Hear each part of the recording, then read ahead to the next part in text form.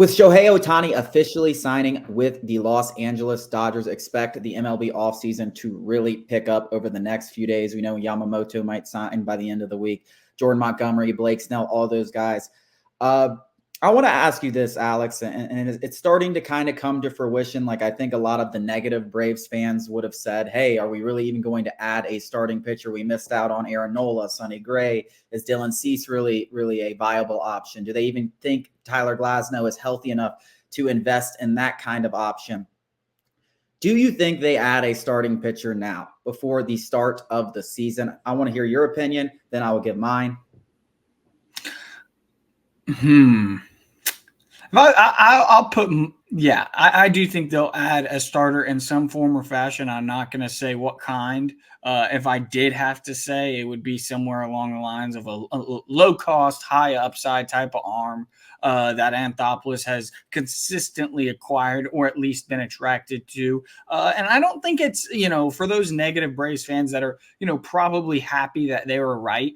They would rather be right than the Braves land some frontline starter. They're those kind of fans, just losers, honestly, that I think that they're wrong. I do think that they tried to go after Nola. I think that they saw, a guy that they were like, this is worth investing in. We're going to do it eventually. This was the guy. Now, because their back's in a corner with not many options left that, in terms of value for them doesn't make a lot of sense. They're not going to – Alex Anthopoulos is not going to have his hand forced in the market. And that's a good thing for Braves fans because some of these contracts that are going to be handed out and that have been handed out in the past, the Braves and Braves fans wished that Anthopoulos did look really bad right now or will look really bad.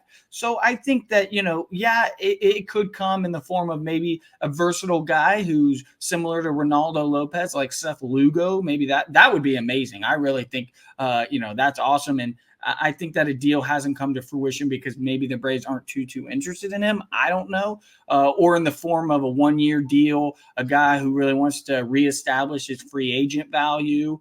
Or obviously the trade market. There's always the Mariners are ripe for a trade if the Braves felt that, they could get Vaughn Grissom there or another bat there for one of their exciting young arms. Obviously Glasnow, obviously Cease. Those are pipe dreams in my opinion. Well, Cease is a pipe dream in my opinion. I think Glasnow's a little bit more attainable.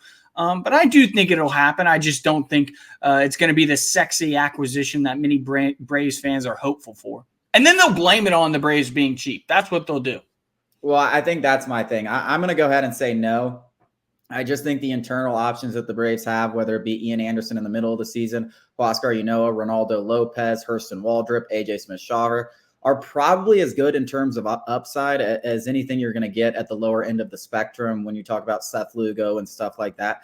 And the thing about it is all those people that are saying the Braves would never spend that kind of money. Well, you got to pick and choose one of these sides because at the end of the day, they're sitting here with a $263 million luxury tax payroll, which is a top 5 payroll in all of baseball, and they haven't acquired a starting pitcher. So they're not cheap. You can say a lot of things. Maybe you're not happy with how they spent their money and whatever, going after Ronaldo Lopez, Pierce Johnson, Joe Jimenez, giving Charlie Morton $20 million. You may not be happy with how they spend it, but don't give me that the Braves are cheap because that's just an absolute lie. And you have to pick a side. You have to pick a side. I don't think they're going to do it because I do think a lot of these options are going to cost too much money. I don't think a top free agent is going to be in the cards because they've already spent so much money. Acquiring a guy like Tyler Glasnow is going to cost $25 million. That puts you even further and further. I mean, you go into a next luxury tax bracket. I just don't see that happening. Dylan Cease, to me, is still attainable because his contract is so small. I think he's owed $7 million next year and maybe 12, 15 the year after that. So if they really wanted to make a blockbuster, he makes the most sense. But then again, you're talking about 6, 7 other teams trying to go after that guy, and it's going to cost an arm and a leg to acquire him. So I think at this point in time, the Braves are just going to do what they've done in each of the last 3 or 4 seasons and hope that they can stay healthy and internal developments will work out for them in the form of AJ Smith-Shawver and Hurston Waldrep and maybe Ronaldo Lopez, as I just said.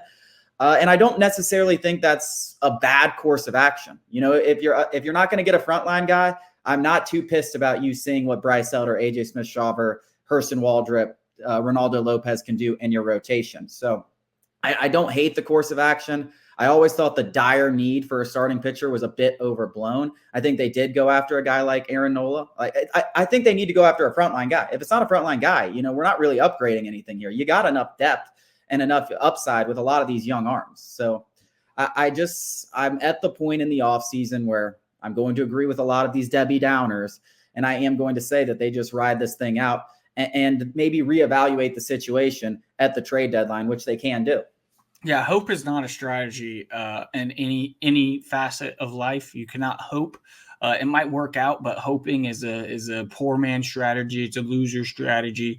And hoping AJ Smith-Shawver and Hurston Waldrop turn into serviceable guys in terms of the back of the rotation isn't my favorite thing in the world. Honestly, I'd rather somebody who is proven. But to your point, in terms of the low risk, high upside, those are the guys already. So if you're not going to go get somebody at the back of the rotation who is solid, which is going to now cost, an arm and a leg in terms of free agent dollars, then you are better off going with the high upside young arms that you already have. And if anybody can rely on that in terms of the hope strategy, and it's not really hope in the Braves sense because they've proven their development is a tier in the elite tier, that they can rely on internal development. So in this case, hope isn't the strategy because they've proven that they can do it time and time before. So I think that if you're not going to get a proven guy to solidify the back of the rotation, there's no real point to spend any more free agent dollars on a low risk, high upside guy when you got it already in the system.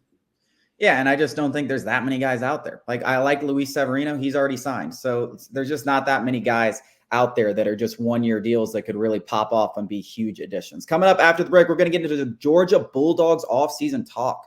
Dylan Raiola going to Nebraska?